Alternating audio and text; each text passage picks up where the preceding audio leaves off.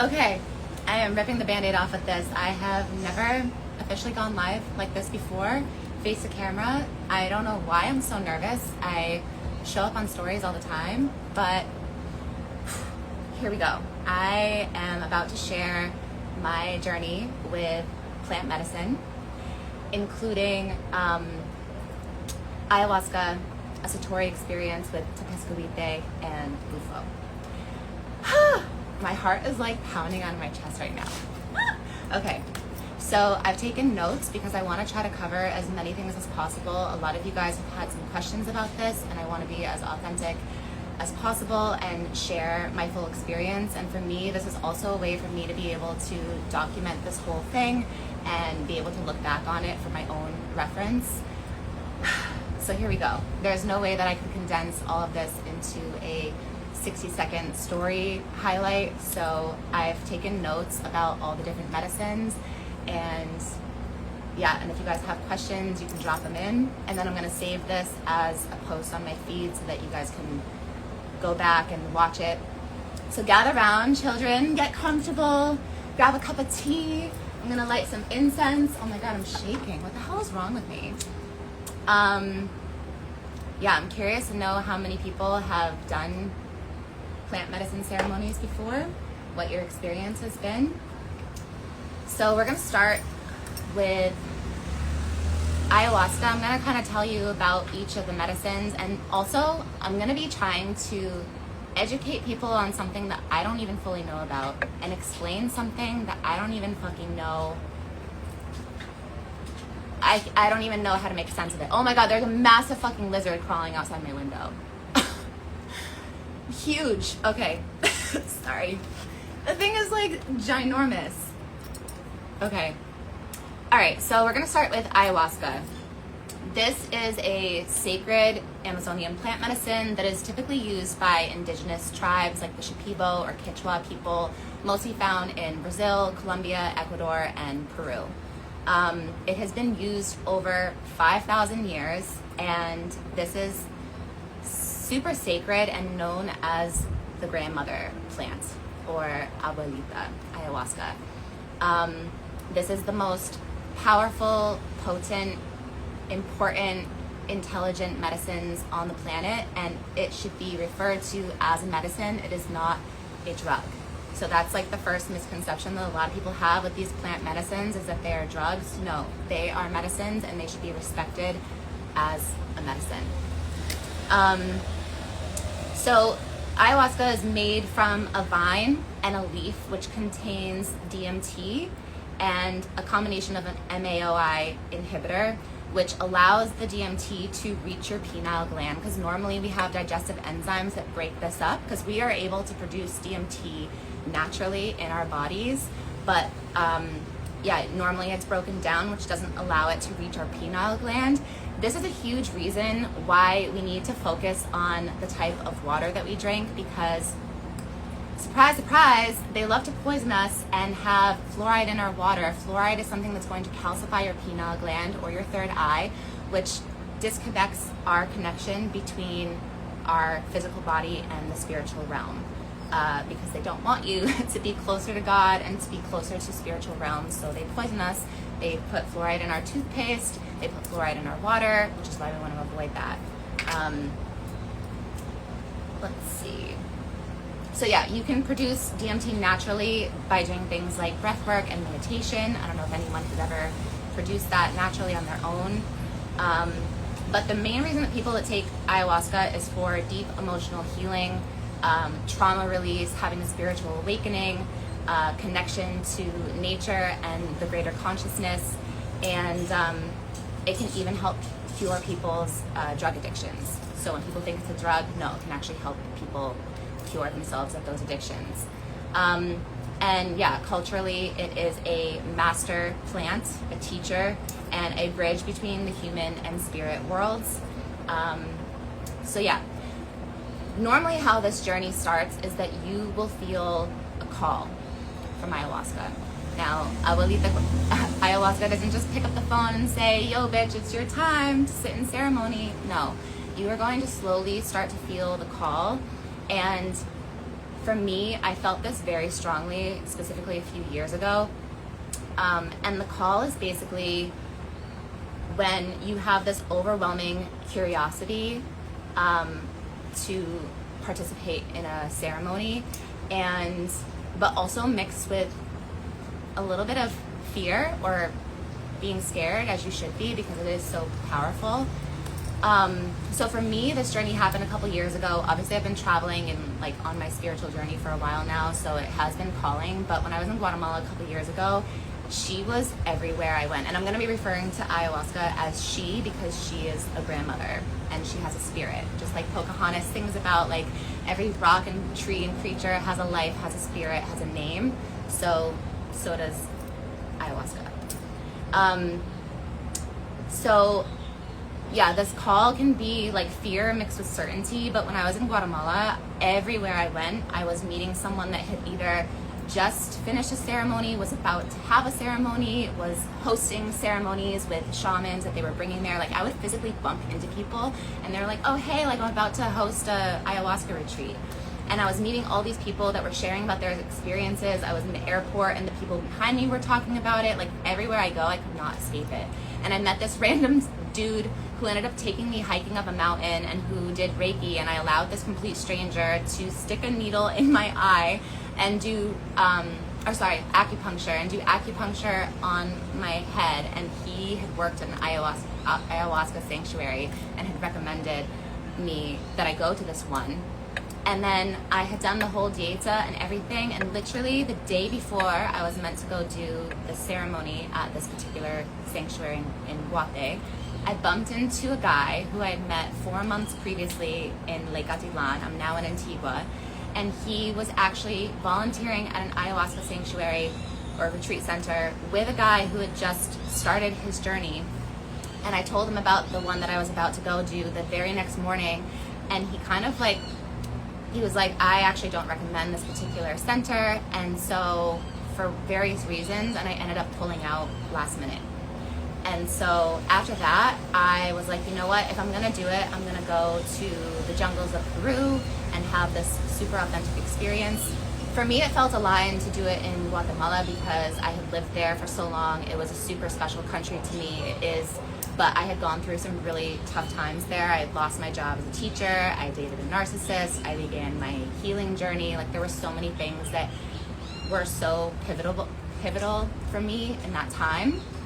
And I felt like it was the right place, but for whatever reason, I backed out. So anyway, that brings us to now.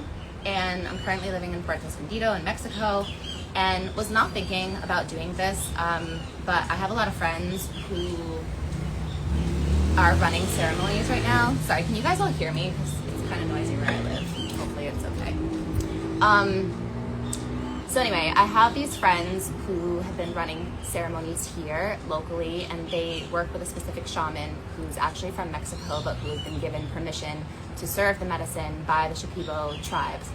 And they're like, hey, like, do you want to join us? And I was like, no, like, it's really not my thing. Like, if I'm going to do it, I want to go to Peru and blah, blah, blah, blah, blah, and do the whole thing and a proper retreat. And part of that is also as a content creator, not that I'm doing ayahuasca for content, for likes, to go viral, none of that shit. No, it's for me personally. But part of the reason is me being able to share this experience with you guys. I feel like it's something that not a lot of people talk about. It is a very personal journey and it's different for everyone, but I think it is important to open up these conversations and talk more about it and to break the stigma around plant medicine that we often have. So yeah, I want to be able to share about the cultural background of it, the meaning, the process, like the whole thing. And so for me, it seemed more aligned to do it in a more traditional cultural way. But then afterwards, in talking to my friends who were going to be facilitating this retreat, you know, a big part of doing these plant medicine ceremonies is the integration that happens afterwards. And a lot of the people that go to these retreats in Peru or wherever, they go and then it ends and then it's just, you're on your own in the real world. And for me, living here, having a community, having my home here, having friends that I can share this process of integration with afterwards was really the turning point for me to decide, to do it here and to be supported and held by people that I know, love, and trust. And so in the end, I decided to do it. And also because I just feel in every fiber that this year is going to be, like, it has to be the year for me.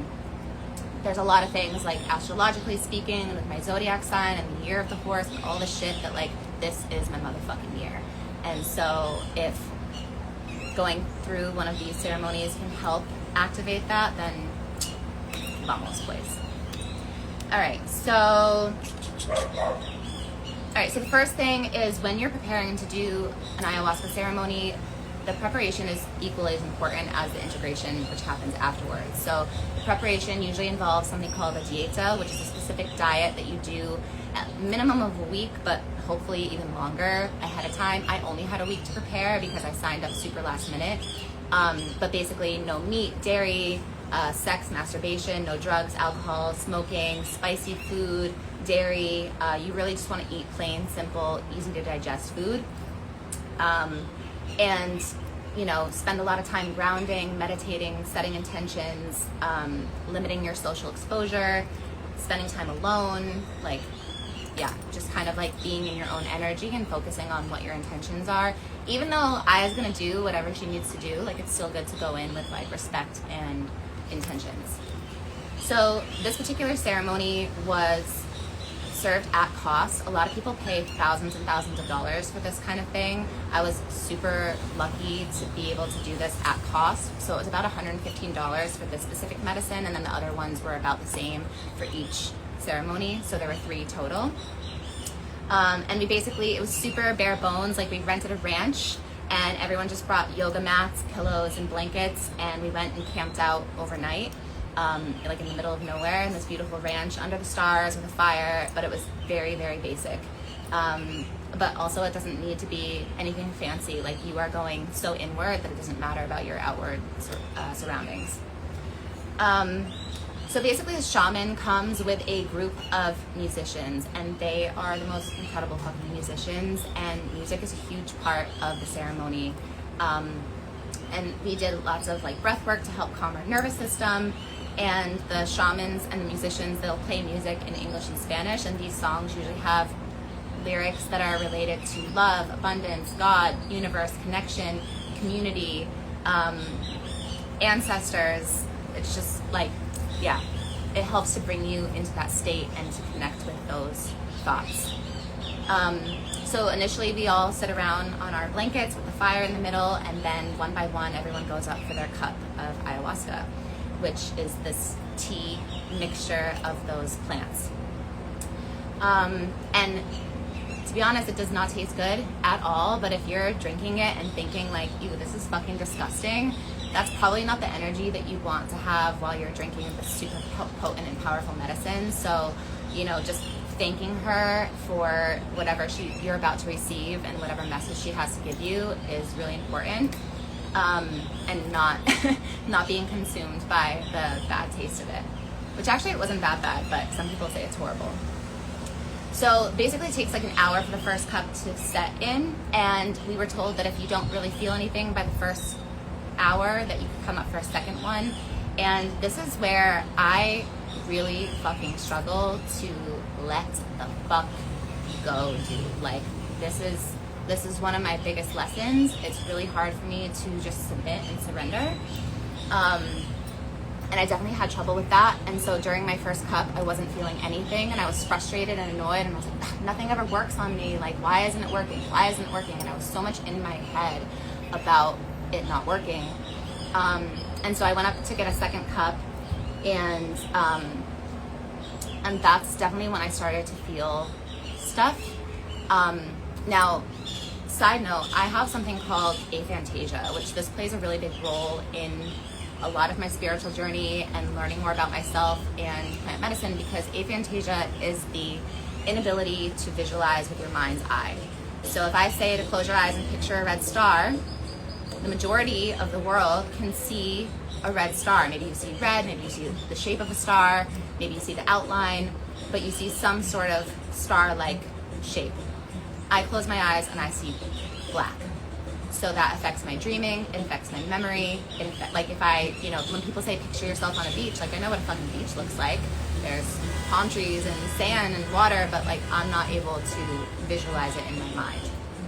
Same way of like thinking about your grandfather's face, like I can't see that when I close my eyes, which that's another whole rabbit hole that we could go down. But so I've always been really curious with psychedelics if they would enhance or enable me to see. And so when I took the second cup, I did start to see images moving, but it was so fast. And for me, it was overwhelming because obviously I don't ever see anything in my mind's eye. And now all of a sudden I have these super rapid, colorful, but faint things moving around in my head, like lots of geometric patterns and shapes and colors.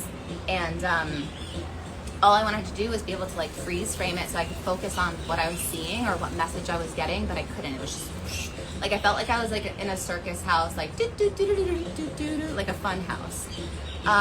But lots of fractals, colors, and mostly black and white patterns with these neon lights moving through it. So actually, the next morning when we all woke up and we're having our sharing circle, and I'll go back to the ceremony in a minute, but the next morning I saw that my shaman had this shawl on him, and the pattern looked like what I had seen, and I was like, hey, like what is that? I feel like that's actually what I saw.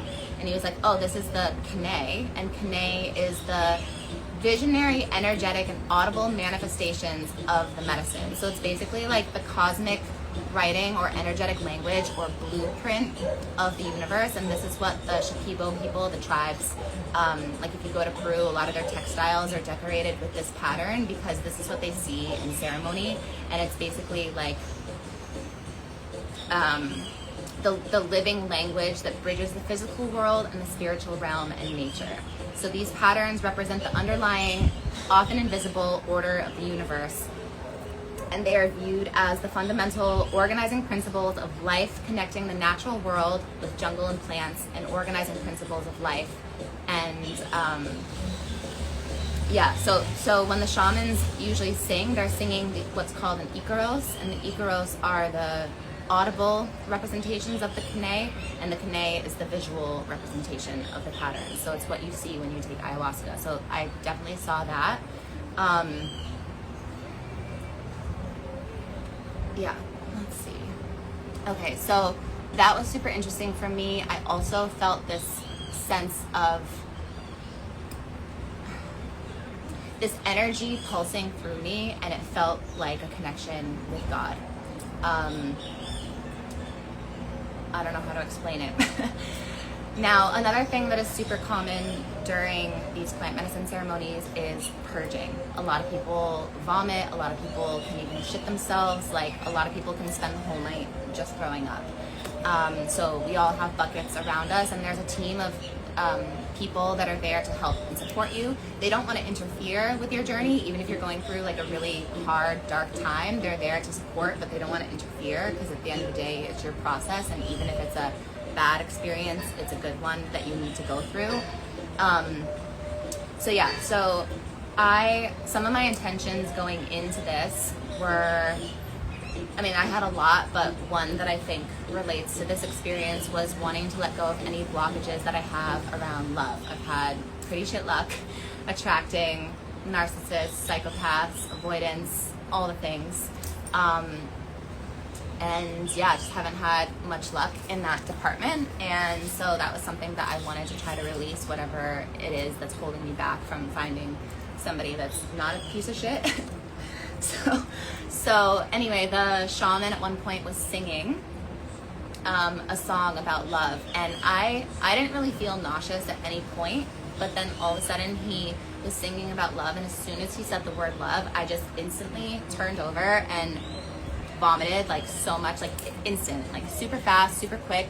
And at that point it was like the medicine took over me, and it was like, submit, bitch. Like I was like knees and hands on the ground, face in the bucket, like vomiting, and it was like pulling me into the ground.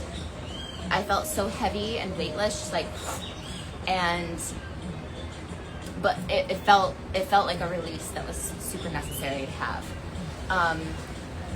And around me, a lot of other people were purging like the whole night. So I was actually lucky that it was pretty much just that one time. I did take a big shit later, TMI, but who cares? But yeah, it was just like a sense of getting out whatever this energy was inside of us.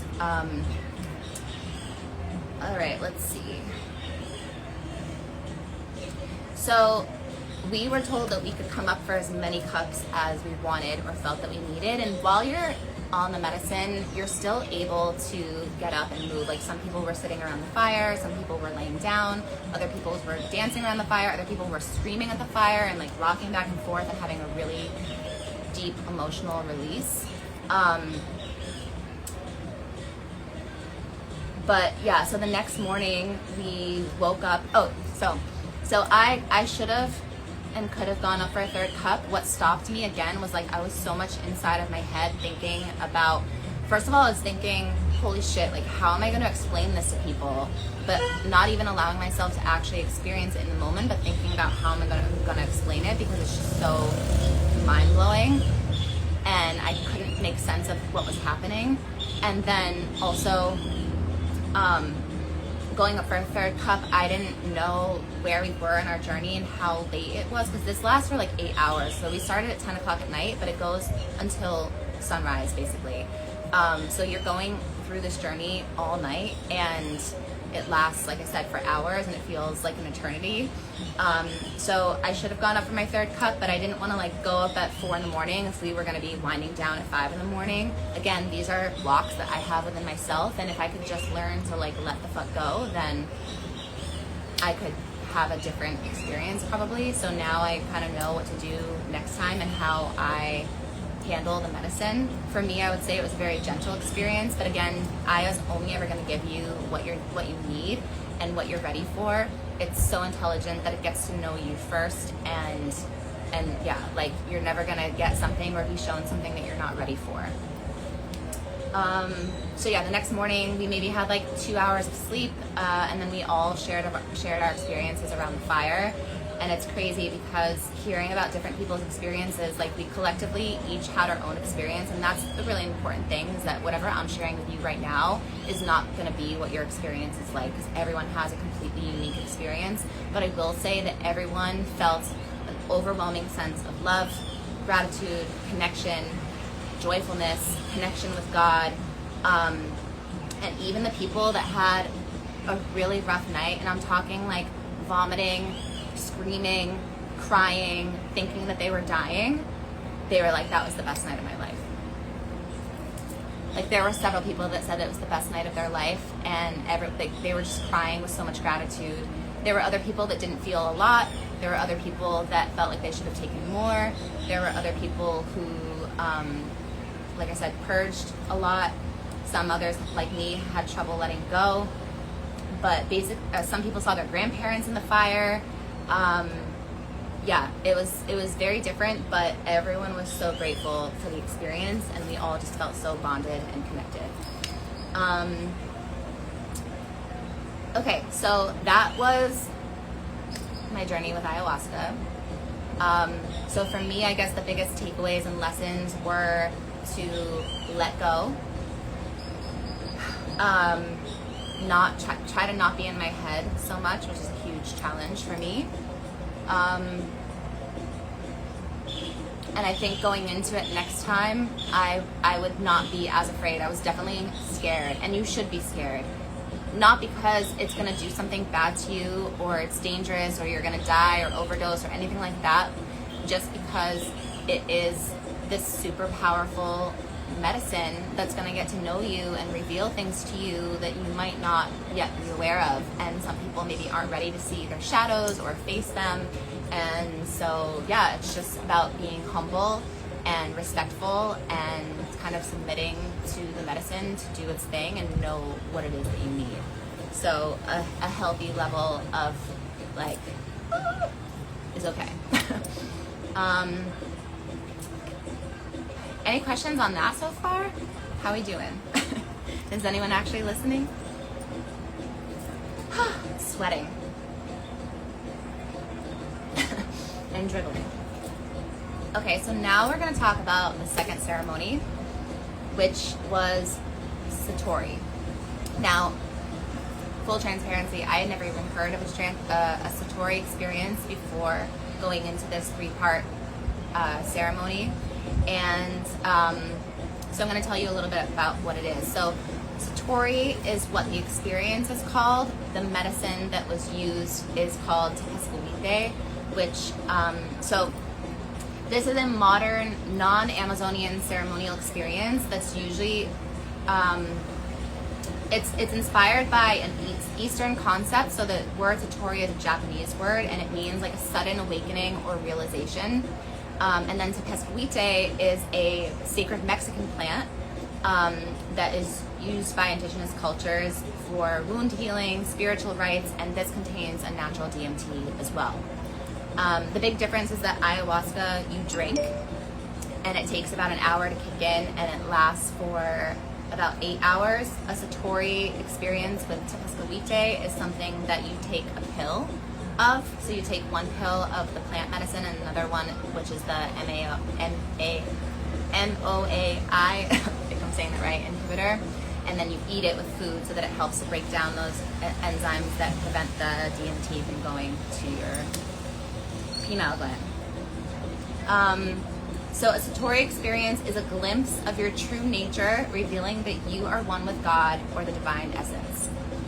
It is a peak moment of profound insight and realization where the illusion of separation dissolves and you recognize your inherent unity with all existence. And this is definitely what I felt. I don't know how to fully explain this, but so yeah, it's like the sudden awakening or enlightenment. The experience is often sought for ego dissolution, clarity, nervous system reset, and direct mystical insight. While not traditionally identical to ayahuasca, it still is used in these ceremonies.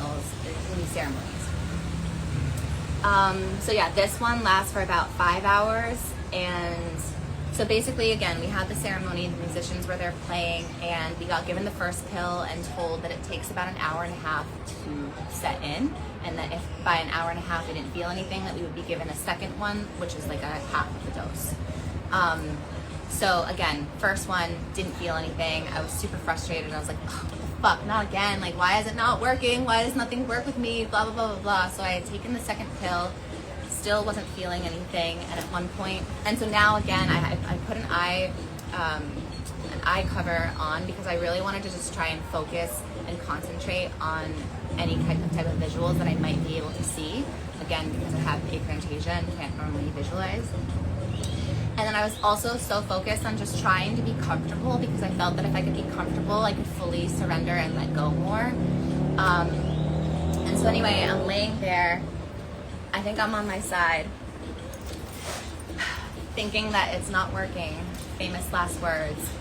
And all of a sudden, I was flopped, like pulled off of my yoga mat, pulled over onto the floor.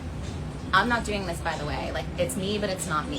You know what I mean? Like, I'm pulled over onto the ground, flopped over. My arms are like completely limp, and I just flop face first onto the ground like this. And now my face, like, I'm not even like laying on the ground like this. I am fucking face planted, nose down onto the ground, and just completely like I melted the fuck away. I was gone, like fully, like I can't explain the weight. I just felt super heavy, pulled into the ground, but also weightless at the same time. So now I'm just laying there for I don't even know how long with my face planted on the fucking ground, but it didn't hurt. And again, I wasn't the one moving my body. Like, I literally flopped myself up and over onto the ground, and everything just like melted away, and the floor that was beneath me wasn't there, and it was just this massive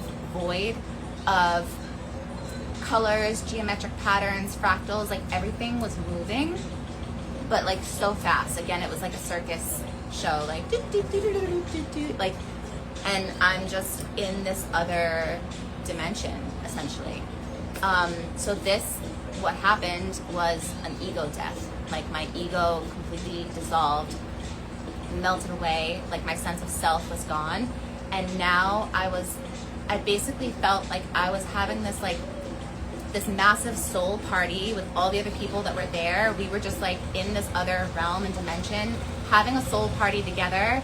And at one point, like I was able to like flop myself back over, and I just started laughing like I have never heard myself laugh ever in my life before. It was my voice, but it wasn't like I wasn't the one making myself laugh, but it was me. Like I don't know how to explain this. So it was like I was laughing on behalf of generations, on behalf of all of my ancestors that have come before me. It was from such a deep place. Like I've never heard my voice like that, and I was still aware of what I was doing, but I wasn't the one consciously doing it.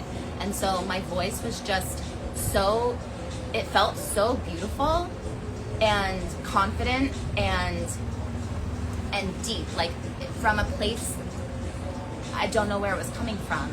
And there wasn't a reason that I was laughing. It wasn't like I saw something or thought of something that made me laugh. It was just a full-on fucking laughing release. And this, like if you've seen Mary Poppins and they're like laughing and they float to the ceiling, like I don't know, it was kind of like that. And this just kept going, and then everyone followed my lead basically. Like my energy ended up being the one that kind of dominated the space. Like I was that girl having the crazy reaction, which is funny because that was someone else's insecurity, and we had a big talk about that because she was nervous about being the one that was too much, like the one that was having too big of a reaction. She was the one that was like screaming at the fire during the ayahuasca journey, and she had said how she feels nervous and self-conscious about fully letting go. And I admitted to her, I was like, yeah, like that does trigger me. Like when I hear people sighing like excessively loud, like in the spiritual community, when you go and people are like, I'm like, dude, shut the fuck up, man. Like, can you just be real? Like, it's too much and it's too performative for me. So in the most loving way, because I love this person, we had a whole conversation about this, about how I then had to self-reflect and realize that maybe there's a bitterness within me of feeling triggered by other people's full-on reactions because I'm not the one experiencing it. And maybe there's a part of like jealousy or something that I want to be having this intense experience as well. Well, that was me. So I was the one with the full-on fucking crazy ass experience, and now all of a sudden I'm laughing hysterically and then crying. Like it was like laughing, crying, but like again, no memory related to it. And this whole time as well, there is this force of energy pulsing through my entire body that would not stop. It was just up and down and up and down and all over me. And I was moving, like, I was like this. Like, I wasn't controlling my body, but it was like moving for me. And I kept making these sounds. Again, no fucking idea where they came from, but I was like,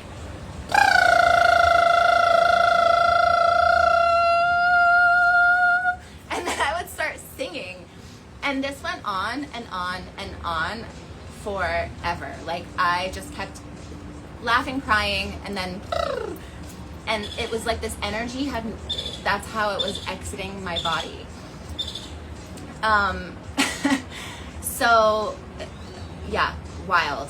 And again, this whole time it was just this feeling, this connection. And at the time the shaman was singing or reciting this poem about how we've all lived so many lives. Like we've been the whales, we've been the trees, we've been the Egyptian priestess, like all of these lives that our souls have lived. Like we are eternal.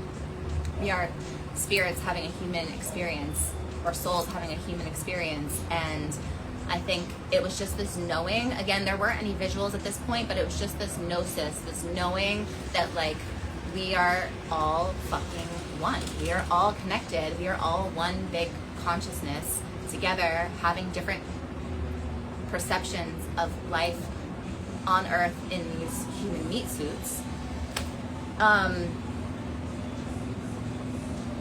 yeah, wild. And so at one point, like the music brings you in and out of it. So the music would kind of like come in waves, and the experience, like the feeling would come in waves.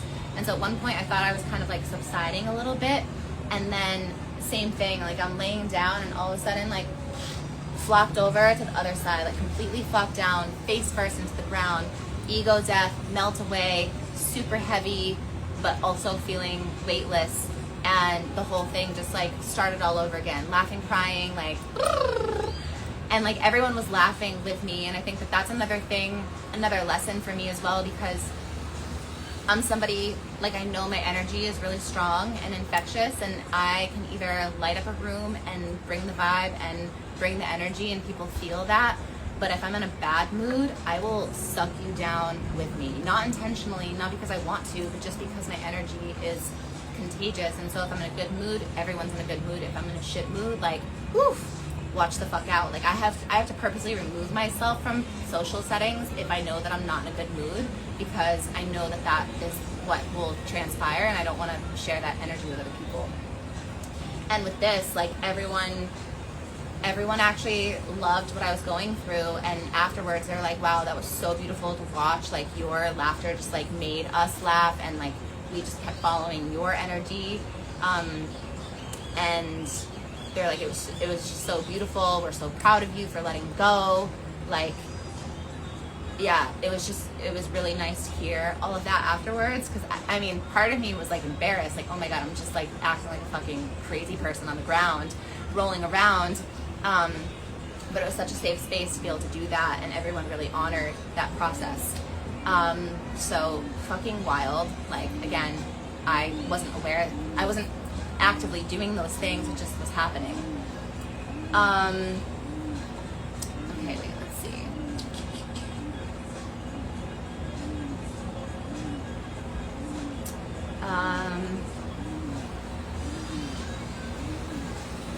Yeah, I think there was just this really profound feeling of love for and connection to all of my ancestors, to all of the souls, to all of my family. Like it was just an outpouring of love and gratitude and connection, and yeah, just sending them as much love as I could.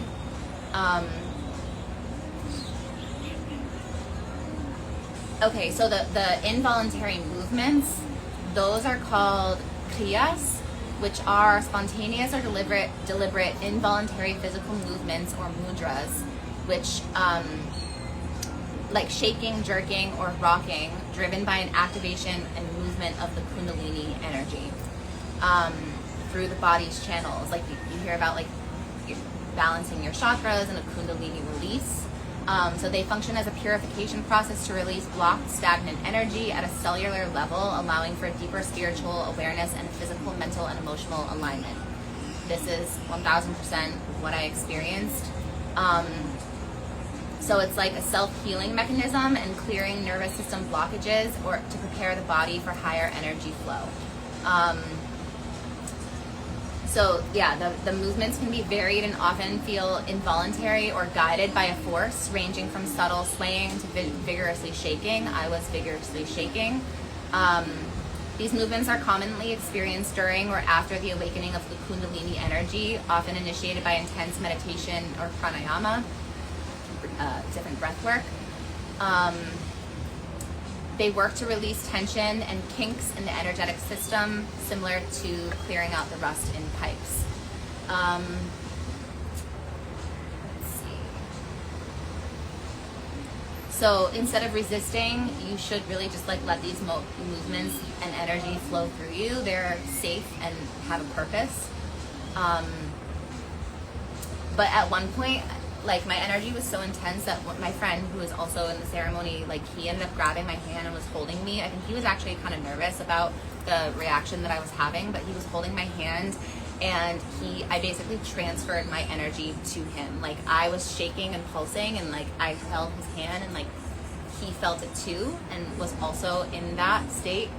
And at one point I feel like everyone else was kind of much calmer at this stage, and I was the one that was having these movements and sounds coming out, and so I felt like, oh God, like I should be coming down, but I'm still so far in this other fucking world, dimension, realm. And so I asked the shaman, and I was like, is there something I should do to like come down? He was like, why would you want to? Why would you want to come back right now? Like, just enjoy, you know, like. And I was like, okay, you know, surrender. Again, me wanting to let go and have control over everything, just needing to let go and surrender and take what was happening, because this was very necessary for me. I have often felt this disconnect from my body, like this I'm supposed to have such a strong gut feeling and gut reaction, but I feel like that connection between mind and body has not really been there. And I do feel that my nervous system has been fucking, I don't know, fried for a long time, because of my lifestyle. There's a lot of uncertainty and moving around, not having a permanent home base. Like, I'm changing countries, cultures, friend groups, lifestyle all the time. And especially now on my entrepreneurial journey, like, it is a fucking roller coaster, and not always knowing when and how I'm going to earn money and how I'm going to sustain my lifestyle, and trying to gain more clarity around that. And so, yeah, I think I'm just like in constant fight or flight. And so this nervous system reset was to help me hopefully feel more connected to my body, to release this energy, because I haven't felt that there's this, I've also felt like this disconnect from God and these higher spirits, and guides, and almost kind of feeling like left out. And one of my other intentions with all of this was to feel a closer connection with God. And I grew up against religion. I'm not religious. I grew up agnostic, like accepting other people's beliefs and whatever they want to believe in, but ultimately believing that organized religion causes way more harm than good, and that there's so much division and judgment, and, you know, people telling you that you're going to go to hell if you don't believe in this and blah, blah, and none of that resonates with me. And so I always considered myself to be spiritual and believing in the universe, but then I didn't realize that God and the universe, creator, source, it's all the same thing. And it was about 2 years ago when I started my entrepreneurial journey that God was like, hello, you kind of need me. You can't do this alone. Like, you have to have faith and believe in a higher power. And so I've been on that journey of forming a closer relationship with God, and again, not knowing what that exactly means or looks like, knowing that it's not the traditional, conventional religious path of believing in God as like this man with a white beard sitting on a throne, you know, shunning you and not allowing you into heaven if you fuck up. Like, no, that's not my version of God. God is nature, God is awareness, God is consciousness, and we are all just fragments of God. Like, God is within all of us. Like, God is the ocean, and we are the drops of water that make up the ocean. God is the TV, and we are the pixels that make up the screen. So he is within all of us, and I definitely felt that connection. And connection to everyone. Okay, so hot, man. And I'm nervous, so I'm sweating. Okay. Let's see. Okay, so that was basically the Satori experience, which was absolutely mind-blowing, wild, beautiful, intense, overwhelming. What the fuck did just happen to me? What does that all mean? Lots of questions from it. And so then the next day was a ceremony with Bufo. So Bufo, I actually did this last year, and I posted something about it if you want to dive deeper. So Bufo is basically it is the dried pus of a Sonora desert toad that excretes this pus. These toads are only found in the Sonora desert on the border from Mexico and the US, in one of the harshest environments to live.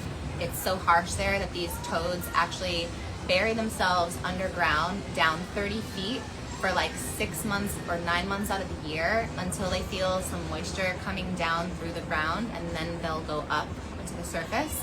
But basically they excrete this pus, that's this venom, and they take it and they dry it out, and then you basically smoke it out of like a crack pipe, basically.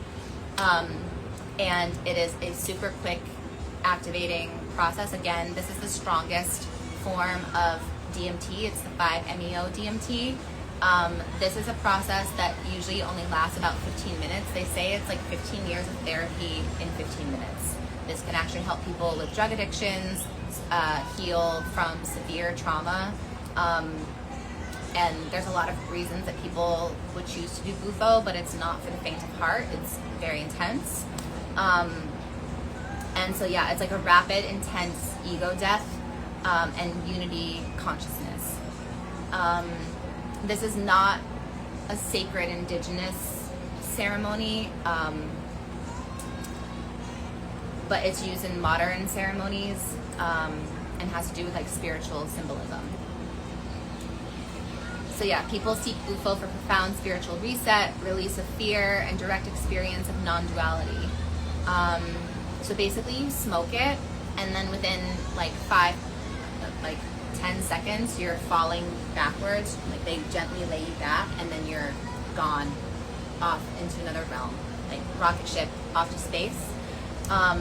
Last year when I did it, it was really fast, really overwhelming. Again, a lot of geometric patterns and symbols, black and white colors.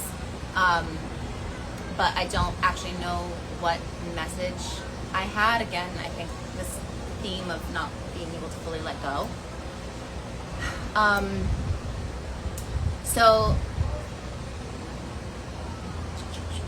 yeah, culturally, it is often regarded as a powerful sacrament of rebirth, though its current use is largely neo-shamanic rather than traditionally continuous.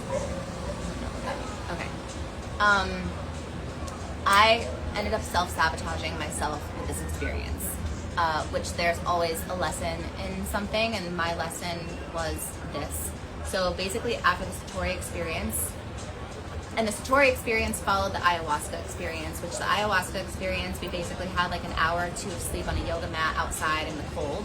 So I wouldn't really count that as sleep or rest. And then the next day, we basically had like an hour to like regroup, and then we went back for the Satori Experience, which was then, again, another like 5 hours until the night. So I was already going off of like no sleep, and then after the Satori, my body was just like so pulsing with intense energy that I had never experienced before. And then that night I didn't sleep either. I laid there with my eyes closed, but I don't actually think I ever fell asleep because, again, my energy was just so potent. And so I made the mistake of trying to ChatGPT my symptoms. So you know when you're sick with like a cold and then you WebMD it and then you feel like you're gonna die of stage 4 cancer? Yeah, so that's basically what I did, and I fucked up. And don't ChatGPT your spiritual plant medicine ceremony journeys. Because I didn't understand what the fuck had just happened to me, like why I was involuntarily rolling and flopping myself on the ground, screaming and crying and laughing, and like, because I don't do that on a regular basis, and I've never done that before, and was like, what the fuck did I just do? I was like ChatGPTing my experiences. But the problem with ChatGPT is that it has history of all the other things that you've ever asked about. And so things that I have asked about in the past are nervous system regulation and different ways that I can help to regulate my nervous system. And so I think it pulled a lot of that into its response. And basically what it was telling me, and even while I was in the middle of the ceremony, I knew that this energy was pulsing through me, and the only thing that I really know about with energy moving through your body like that is what I've heard about with Kundalini release. And so I remember asking, I was like, is this a Kundalini release? Because that's the only thing that I could think about that it could have been. And my friend was like, yeah, that's basically what you're experiencing. And so my questions for ChatGPT were like, I just had this full body energetic release, multiple ego deaths, complete like body takeover, all this kind of stuff. And it was telling me that first of all, to not confuse a Kundalini release with a traumatic release, because a Kundalini release is a bottom-up, slow feeling, like you're going to feel that snake moving through your chakra system up to your crown chakra. Like if you look at the symbol for a pharmacy, you see the snake going like this through your chakra system. So that is like the Kundalini release. And that's what they say is like when you reach enlightenment.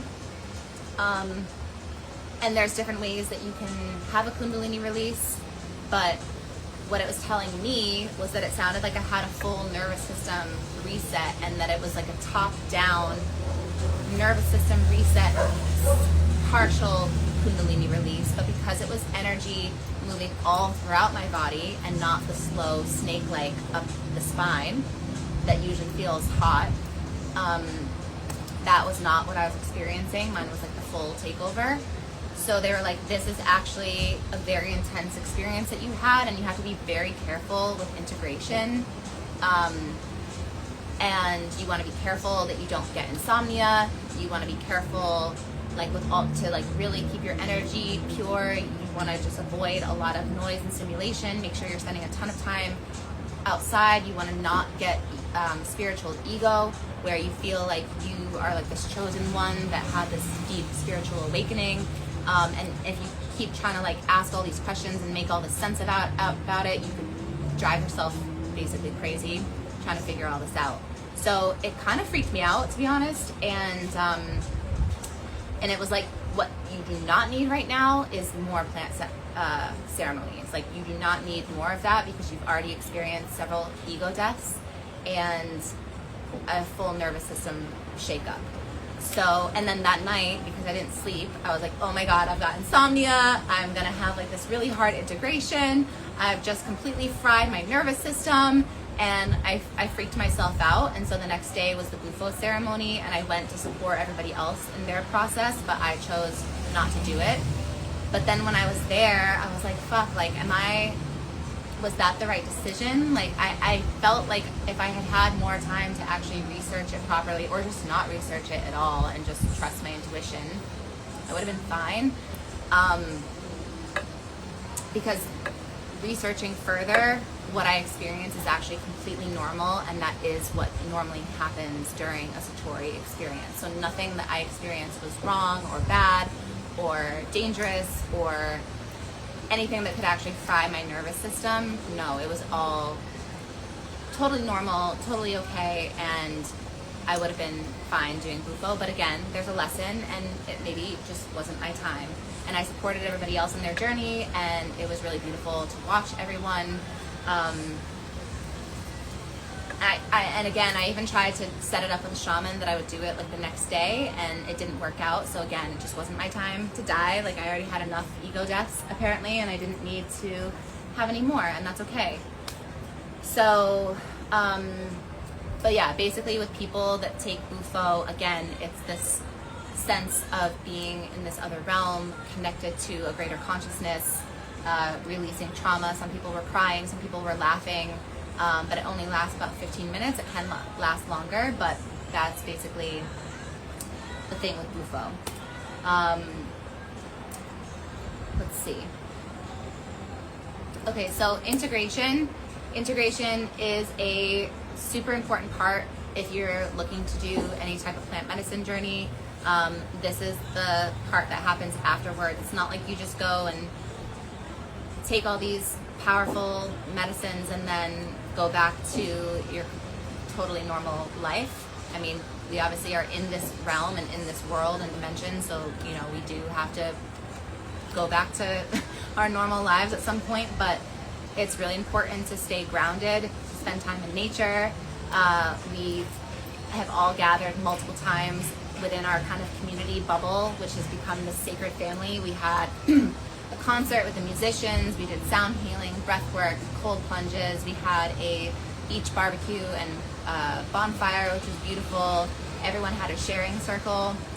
And like, if you think that the friends that you make when you travel are super strong bonds. Like, imagine the bond that you feel when you travel to another realm with people. It is unmatched. Like, everyone is just so close and feels so much love for each other because we all went through something so life-changing and beautiful, which is really special.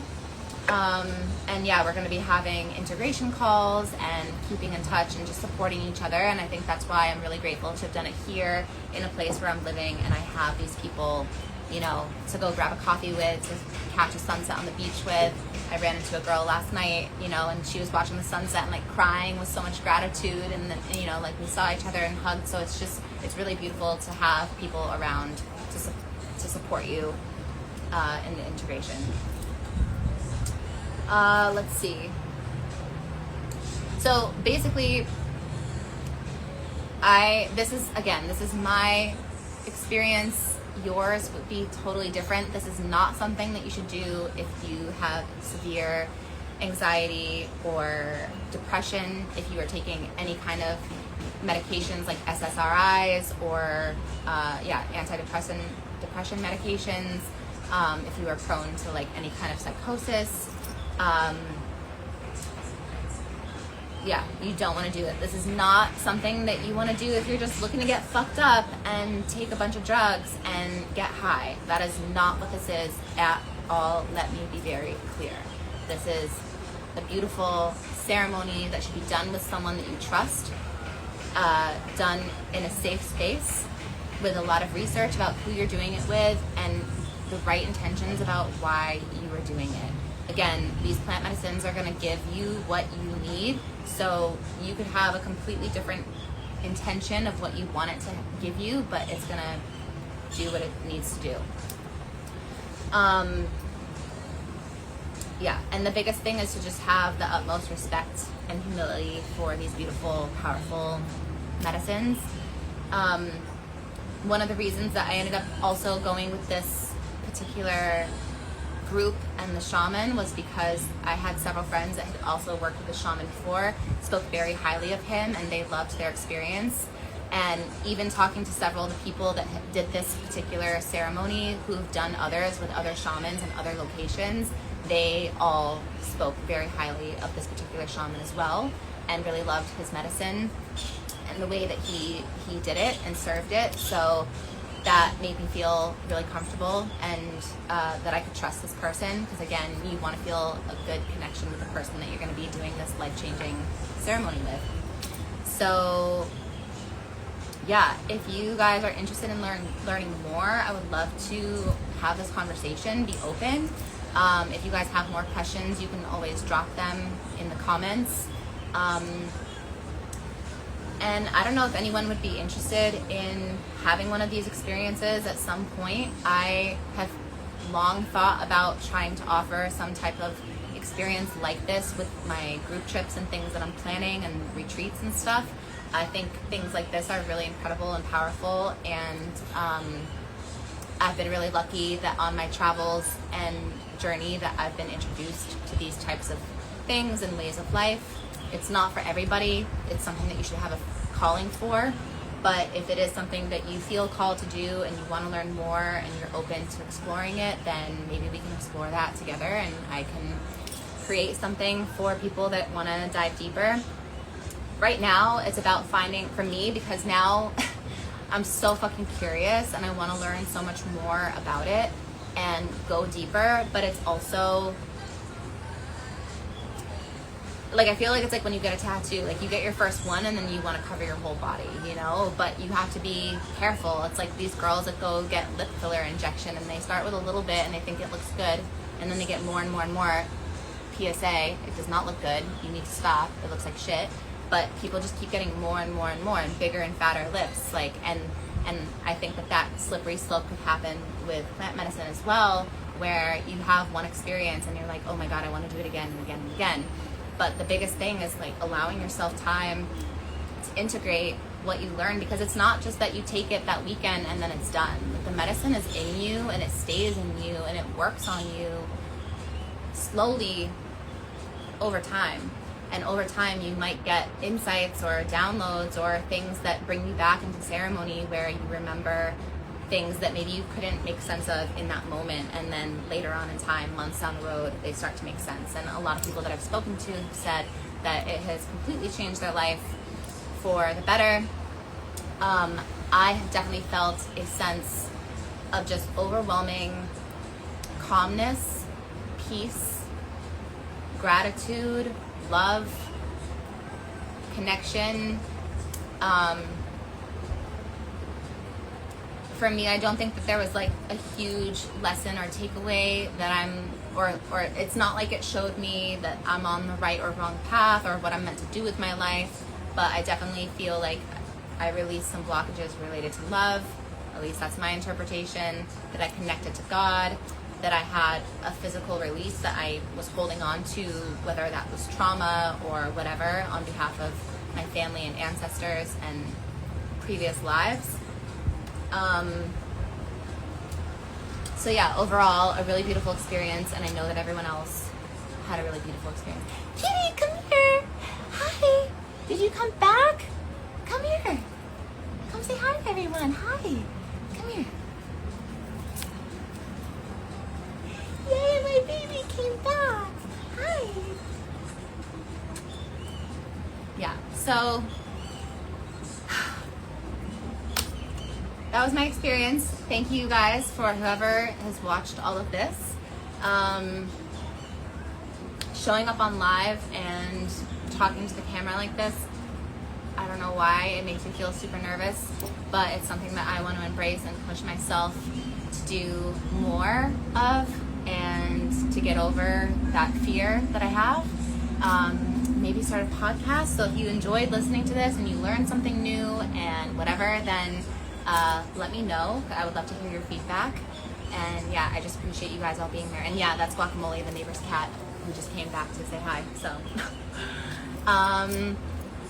okay, thank you.